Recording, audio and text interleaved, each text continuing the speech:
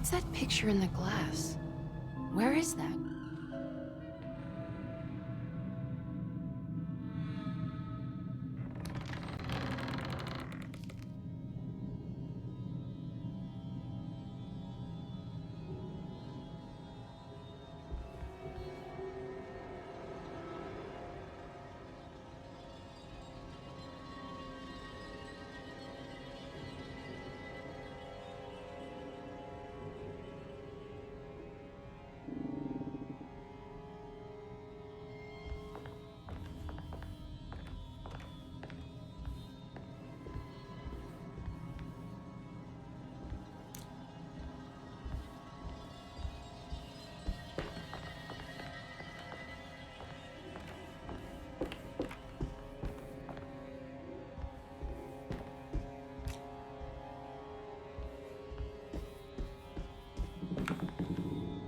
Good to see you again, Miss Hartwood.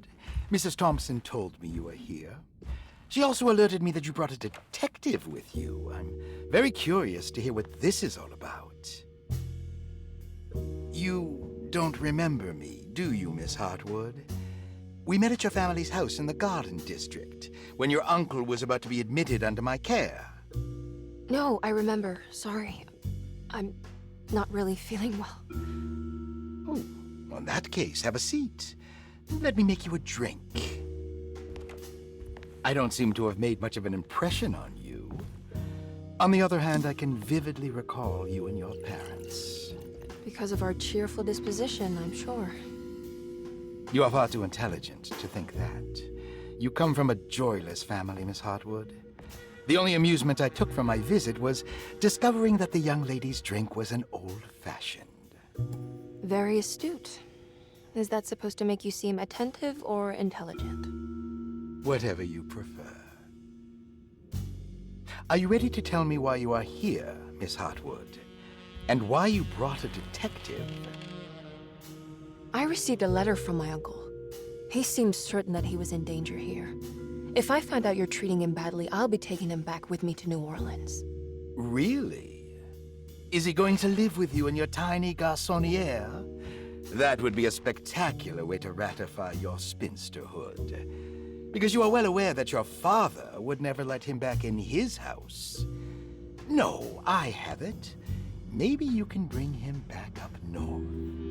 You've been wanting to move back for quite a few years, haven't you? You always preferred your mother's side of the family. Jeremy is free to leave with you. I won't object. However, there is one problem, as you might have learned. He is, in fact, missing. Do you know where he could have gone? No, I'm afraid I don't. I have my staff looking for him. I'm sure he will show up eventually. Especially if he learns that you are here. He is quite fond of you. What can you tell me about his condition? I never heard a proper diagnosis. What is your medical opinion of him? Well, let me think. He is an anxious man, depressed, even. He suffers from a perceived lack of order in his inner and outer life. He constantly complains about events not presenting themselves according to their divine nature. And the Dark Man? Hard to tell if it was ever anything specific. Jeremy uses the Dark Man as a psychological scapegoat to avoid facing the truth that he is in any way at fault. You don't think there can be any truth to the Dark Man's supernatural existence? Why would you ask that? Can we ever be sure? If the Dark Man is some sort of evil presence that is in possession of Jeremy? Well, I assure you, any evidence that you experience supporting that claim is purely delusional. Don't get caught up in mass hysteria, Miss Hartwood. You wouldn't want to take your uncle's place in this hospital, would you? I'll be leaving now, Doctor. I need to keep looking for my uncle. Do so, Miss Hartwood. I'll let you know if he shows up.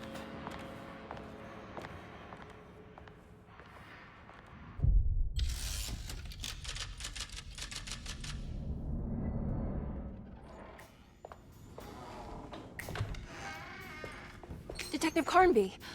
God, I'm glad to see you. I was afraid you had left. Me? You're the one who just disappeared. It's hard to explain. I think I blacked out. It was like I went somewhere else. It's okay, miss. You're clearly upset.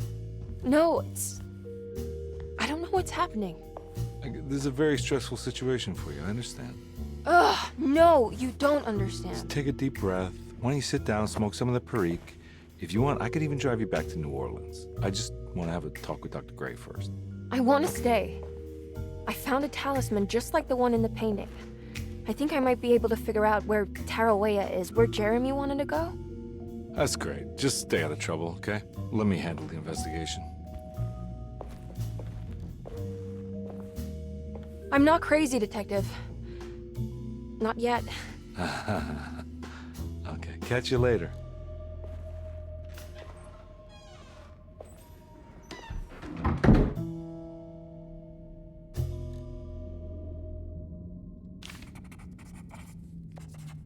If a talisman like this can open up doors between the French Quarter and Derceto, then maybe Jeremy is hiding in some strange other world.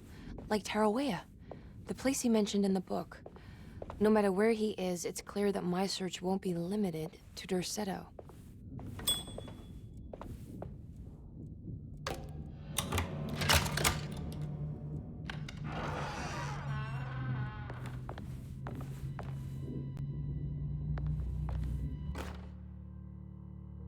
Saw your notice in the boiler room. You should know Mr. Chance won't be coming back. I got no business being in there myself, but you can take a valve from the wine cellar if you want to try to stop the steam pouring out. Be careful.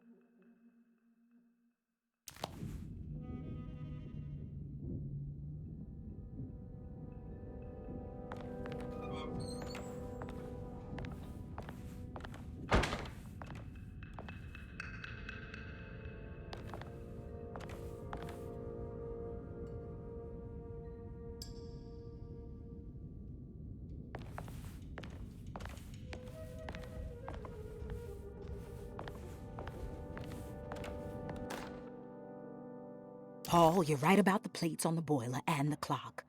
They have been sabotaged, and I think I know who did it. They have something to do with Jeremy's episodes and how he seems to disappear at night. Right now, it's important that you keep an eye out for any of the pieces. I want to find out if I can repair the plates. Let me know if you find any of them. Lottie. Tell Lottie to take a look at the well in the kitchen garden.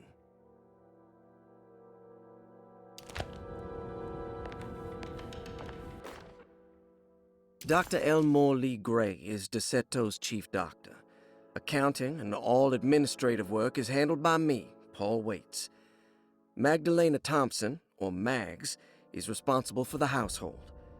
Jean-Baptiste and Charlotte Tabois are responsible for keeping the guests' medical regimens in check. Finally, Jack Chance is our gardener, who can occasionally be seen in the conservatory, but is for the most part busy outside. There are currently 6 guests at Derceto. Malcolm McCarthy and Ruth Tallant reside on the first floor. Jeremy Hartwood, Elisabetta Perosi, Grace Saunders, and of course Cassandra Beauregard live on the second floor.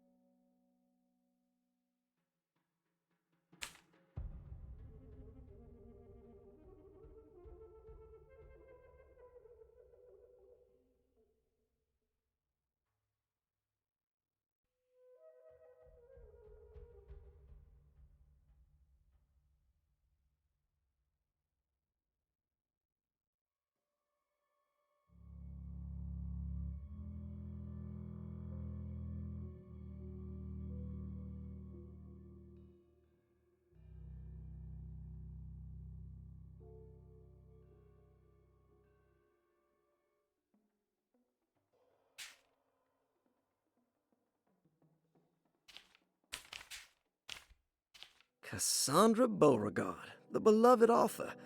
Very exciting, isn't it? What do you want to put down for reason for admission? What her agent told us. Cassandra suffers from writer's block and needs to finish her moving picture script before the end of June.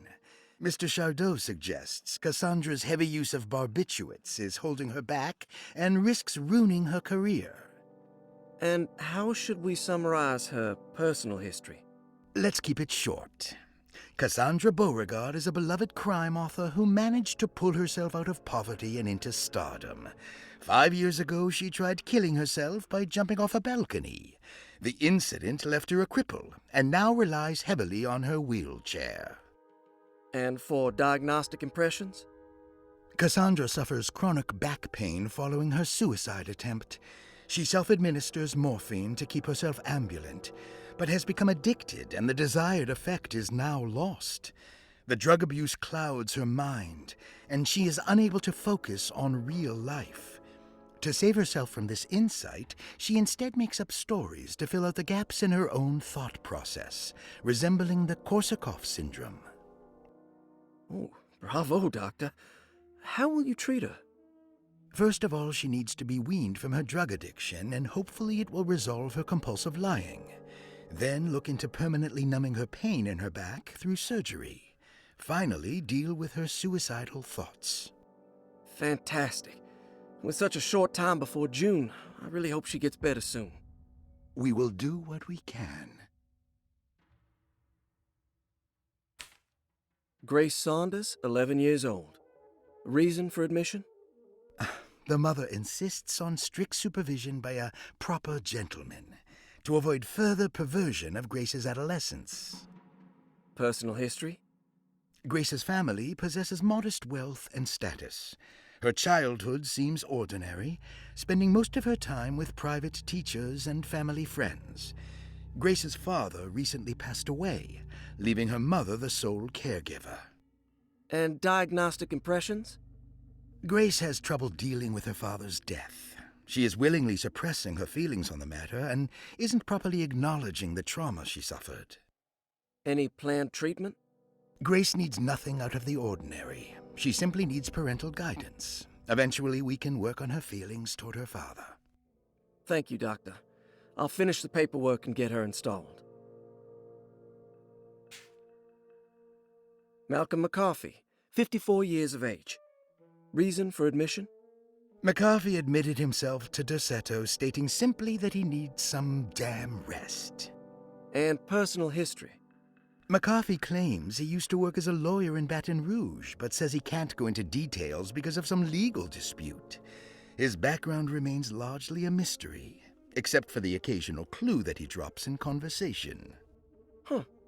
And diagnostic impressions? McCarthy is an anxious man and an alcoholic. He often tells half-truths due to some deep-seated inability to trust other people. And how will you treat that? McCarthy will take some time to open up. Spending time with Jack's dog or the child should be good for him. Their harmless nature will help build his sense of trust. Thank you, Doctor. Elisabetta Perosi, 33 years old? What should I put down as reason for admission? Well, Perosi broke into Dorsetto and was found wandering the grand parlor. She was confused and suffered partial amnesia. She insisted she belonged here and offered to pay for her stay. Right. What do you make of her story? Perosi claims to have been a member of the Astarte artist colony some 20 years ago. A claim that seems contrafactual due to her young age. She looks to be and even thinks she is 33 years of age. That would make her a child at the time. It seems fair to say that Perosi's story is untrue, deliberately so or not. Diagnostic impressions? Do you have anything? Perosi's story is peculiar because she retracted her story about the artist colony. She no longer claims to be the same person as Elisabetta Perosi. However, my staff's research has confirmed there was a Perosi at that time who was in her early 30s. I suppose this case will take some time to investigate. How will you go about it? I wanted to contact the real Perosi, but it seems the whole colony disappeared one night. September 29th, 1915, during a hurricane. I will have to take it slow and figure out what this spell of impersonation could have been. Oh, I'm sure it will all clear up eventually. Thank you, Doctor. Ruth Talon, 29 years of age. Reason for admission? Ruth's father wishes that his daughter be removed from New Orleans nightlife for the foreseeable future. He fears that her overly free spirit is tarnishing the family's reputation. Sounds simple enough. Personal history? Ruth comes from considerable wealth. Her family owns several hotels and restaurants. Unlike the rest of the family, her sense of adventure has taken her around the world, including France during the Great War as a photojournalist. The last decade, she has provoked many rumors of being a debauched flapper, bordering on nymphomania. And diagnostic impressions? Despite her father's frivolous reasons for her to be admitted, Ruth does seem to provide an interesting case. She is refreshingly open and doesn't shy away from talking about her life during the war or her continuous celebration after returning to the States. She is admittedly a sexual deviant and feels no remorse. And her treatment plan? Simply staying at Derceto should do wonders for Ruth. If not, at least for her family's reputation. Ruth doesn't need to change, but with therapy I might be able to share with her some sympathy towards her family. I doubt she will settle down and become as dull as the rest of them, but at least she might try to be more discreet in the future.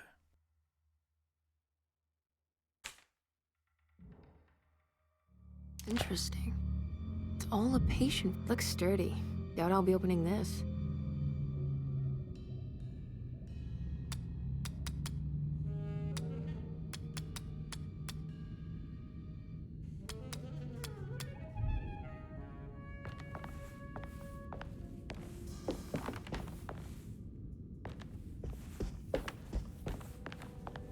I need the key.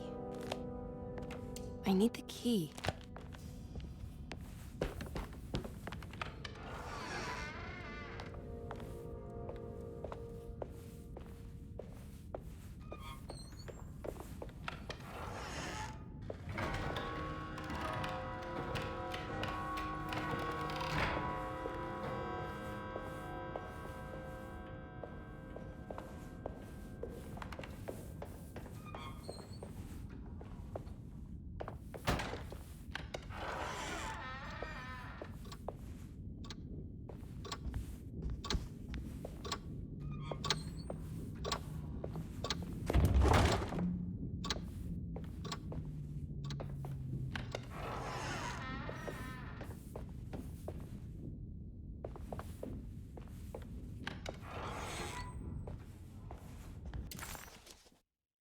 Just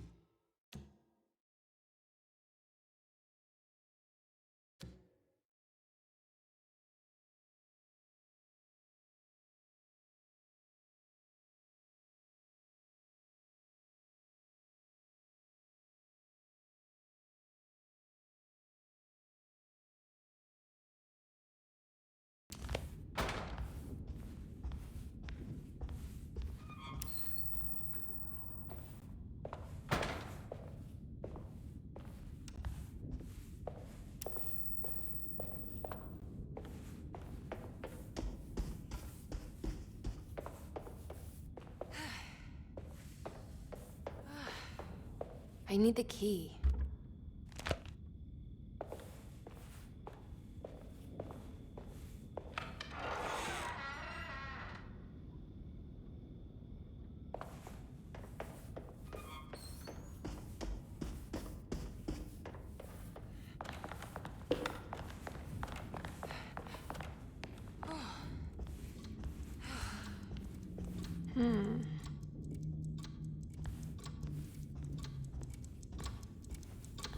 What's that stain? Looks like some kind of rot.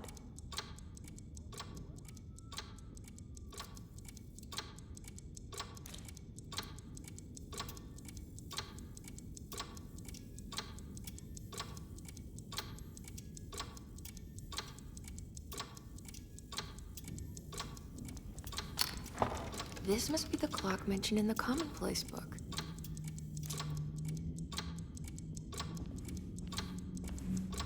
This looks like the thing that held the talisman in the French Quarter, but it's broken and missing some pieces.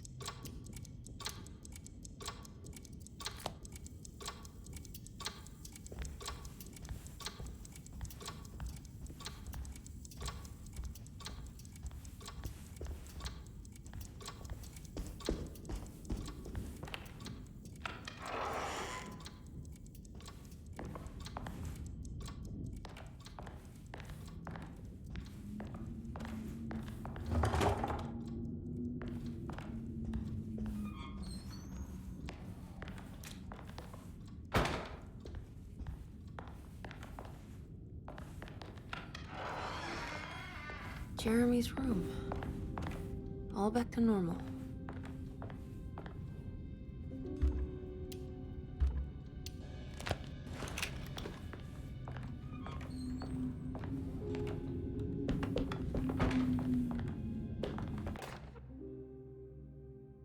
Emily's here.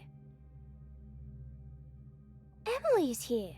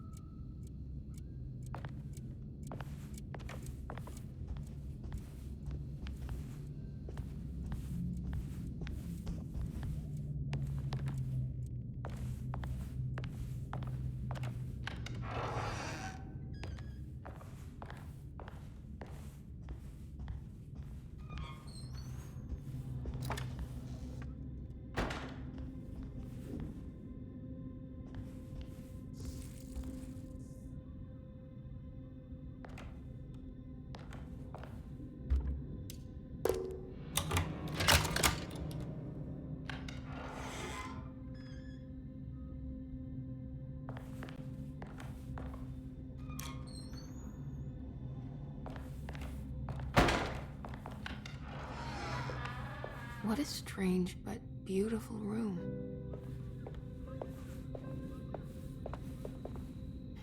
Are these zodiac signs?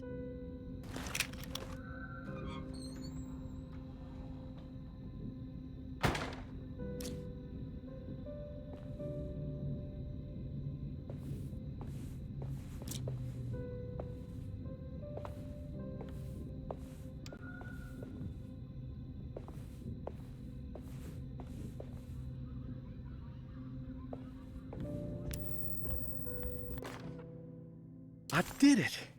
I crossed the thresholds to my intended destination without a focusing device. My talisman now knows these roads, and I have no need for the plates. I can find my way to Lafayette as easy as I find my own room. I visited the grave of my father and seen the oven waiting for me. Thank you for opening these doors. I now must summon my courage and go back to that hateful mound outside the oil rig. I hope you'll be feeling better when I return. Jeremy.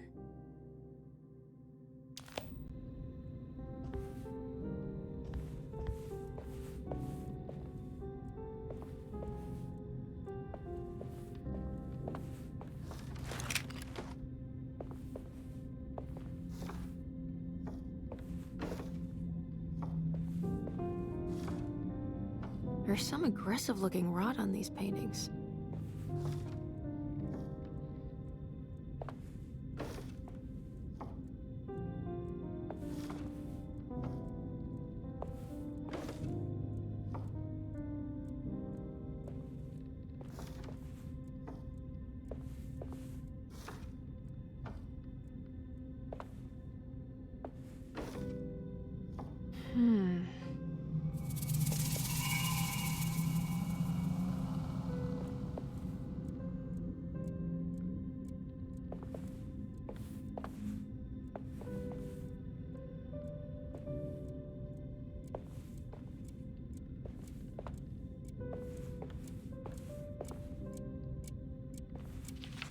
The Astarte artist colony. I'm pretty sure they had a Mardi Gras crew called the Pirates of Pontchartrain when I was a child.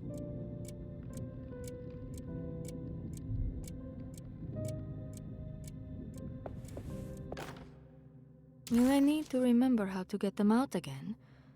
They are locked up for good reason. I am sure she is still able to whisper the answer in the ears of the wrong people. But not for long. I will see her burned soon enough. That black goat will be sacrificed to put an end to it all. Then it will all be over. No more Derceto, and sadly, no Astarte. Those good pirates of Pontchartrain. May you still sail the lake, until you find the shores of Hali.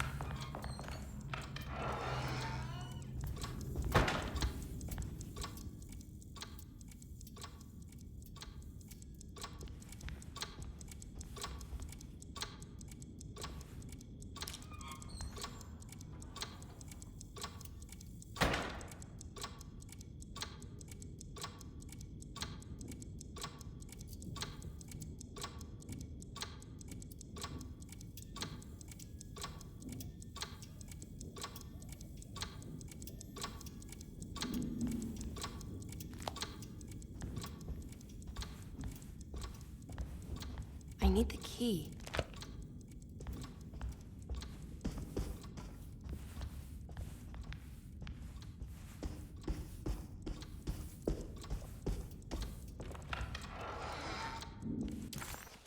The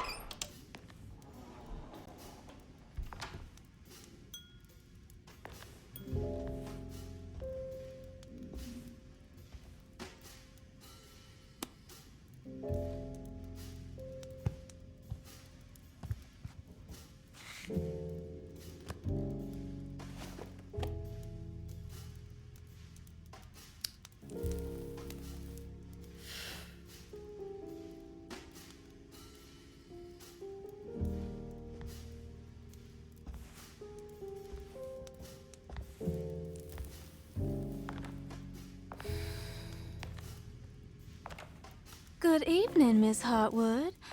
That is your name, isn't it? I would be terribly embarrassed if it wasn't. You're right. Emily Hartwood, Jeremy's niece. Nice to meet you. Ruth Talon.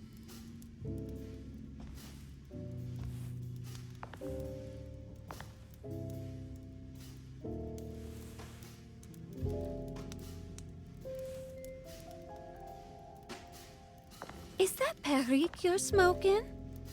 How terribly quaint. Maybe so, but I like it. Would you care to share some? That smell is making me feel very nostalgic.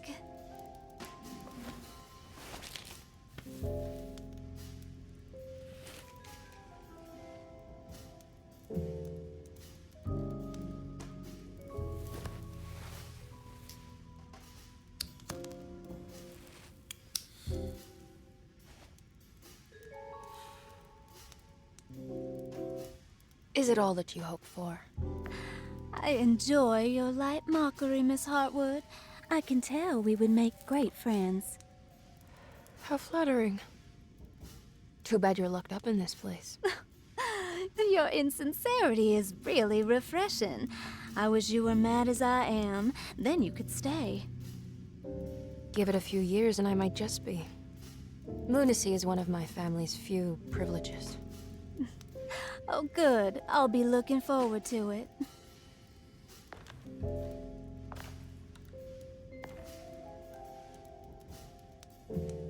You don't know anything about what happened to Jeremy, do you? Everyone here is really strange, and it's hard to know what to make of anything you hear. Occasionally, it sounds quite exciting, though. Good versus evil and all that. I'm sorry, but I don't think I have anything useful to share.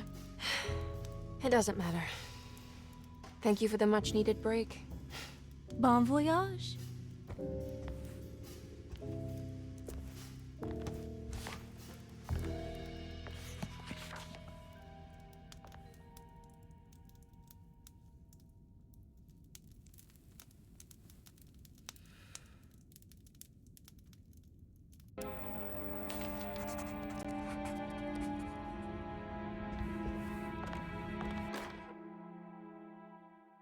Lost Plantations of Louisiana, Thierry Briclot, 1917. Derceto was a small plantation on the eastern shore of Lake Pontchartrain. The land was considered difficult for industry and was sold for only $30 to Elijah Pickford in 1818. Pickford employed hundreds of workers from nearby New Orleans to clear the woods and build a small plantation mansion facing the lake with a striking Greek Revival temple facade. Derceto kept a modest production of Perique tobacco and indigo that persisted up till the Civil War. During the antebellum era, Derceto was the source of many rumors concerning voodoo and witchcraft. People who traveled the lake reported seeing people dance at night in front of bonfires, bleating and wailing. On June 17, 1862, Captain J.W. Norton of the Union Army recounts leading a raiding party from ships anchored in Lake Pontchartrain in order to seize control of Derceto and free the slaves working there. The captain was surprised to find the workers fighting back with unprecedented zeal. Norton's account describes these men and women as enraged with fanaticism. Pickford reportedly tried to placate the raiders, but was shot in the confusion. Captain Norton left the mansion burning and retreated to his ships with his men. Derceto was left in ruins for several decades. The ownership of the land was long disputed and returned to the Ledoux family in 1901. Several police reports were filed during the following years as the Ledoux tried to get rid of a camp of squatters on their land. The police made several visits to remove the trespassers, but the people kept returning. On November 1st, 1907, Inspector Legrasse of the police charged a deadly attack in order to save several children kidnapped by the squatters. Many were killed, and even more were jailed. The following year, Ledoux rebuilt Derceto, incorporating the surviving stone foundation and adding a magnificent wrought iron conservatory. The farmland had been reclaimed by the surrounding woods, so it was no longer profitable to use as a plantation. Instead, the house was turned into an artist's colony. The Astarte Artist Colony was a successful group of artists, including figures such as painter Heinrich Cassel and poet Nora Keith. The group was also known for their beloved Mardi Gras crew called the Pirates of Pontchartrain. On September 29, 1915, a tropical hurricane tore through Louisiana, causing Lake Pontchartrain to flood New Orleans. Due to the remote location of Derceto, it took almost 2 weeks for outsiders to learn that the artists' colony was abandoned. The 12 residing artists had all vanished without a trace. The empty mansion of Derceto still stands on the shore of Lake Pontchartrain, with much of its temple facade intact. The Ledoux family currently has no intention of repairing the house.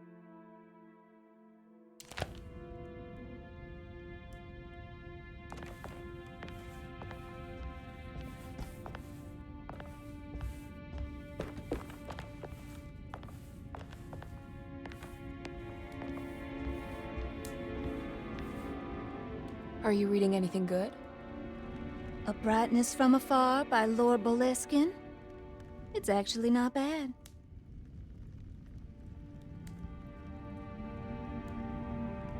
You know where Detective Carnby is?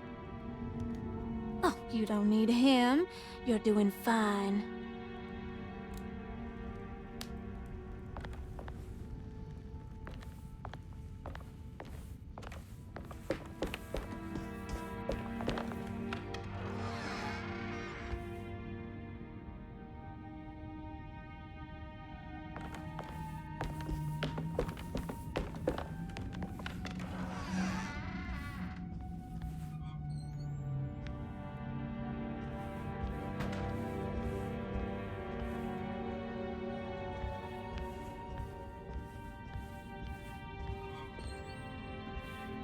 It's wet shut.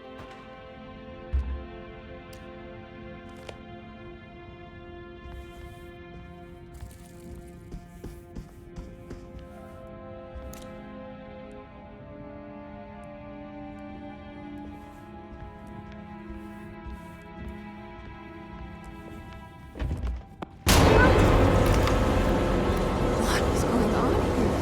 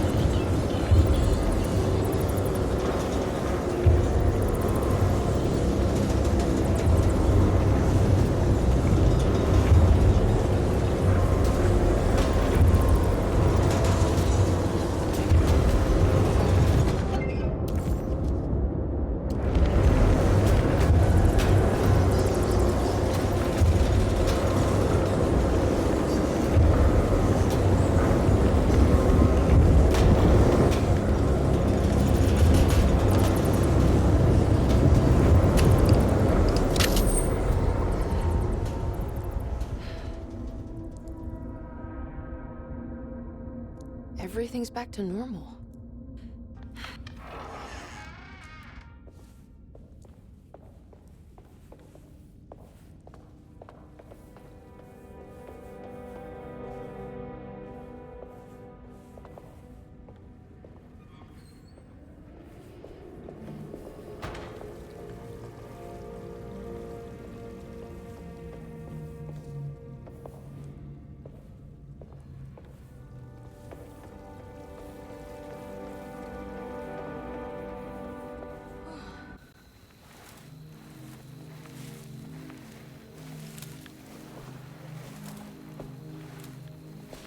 Iawe saki nante mwen, memprami saki nante mwen, men le anjeni man yo deshena.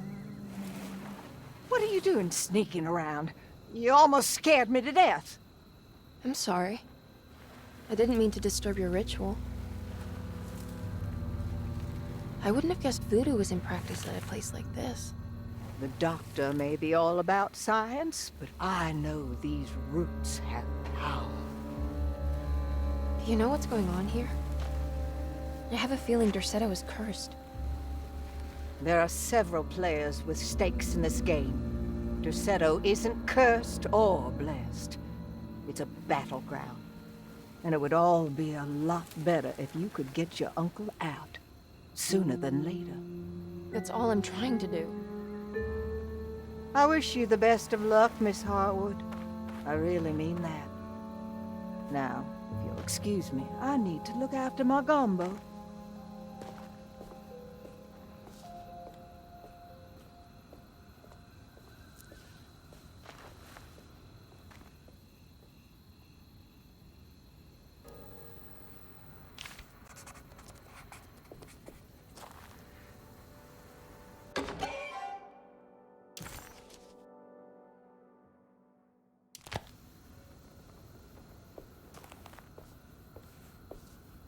What's that?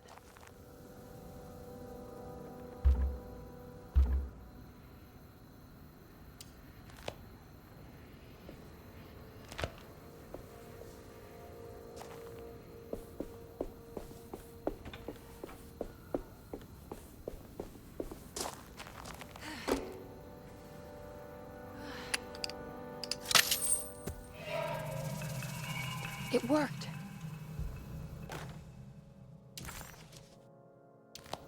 Now what's this?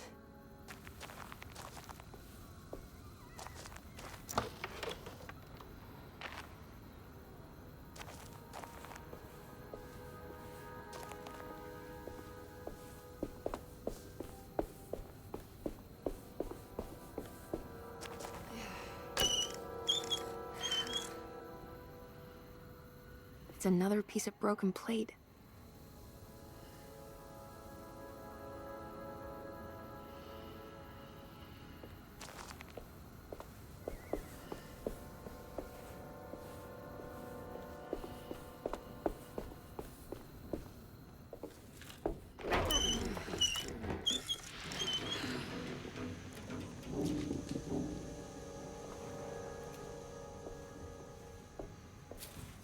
There we go.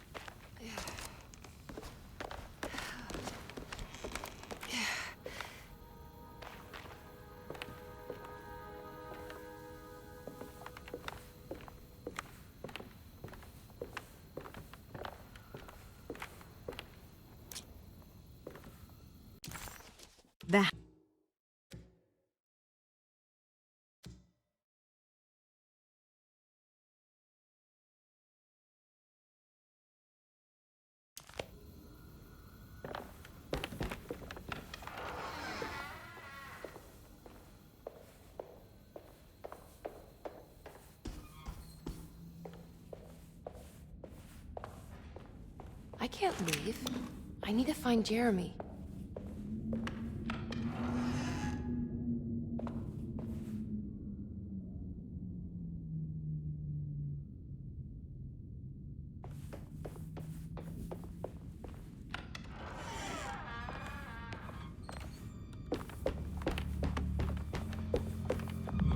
Looks sturdy.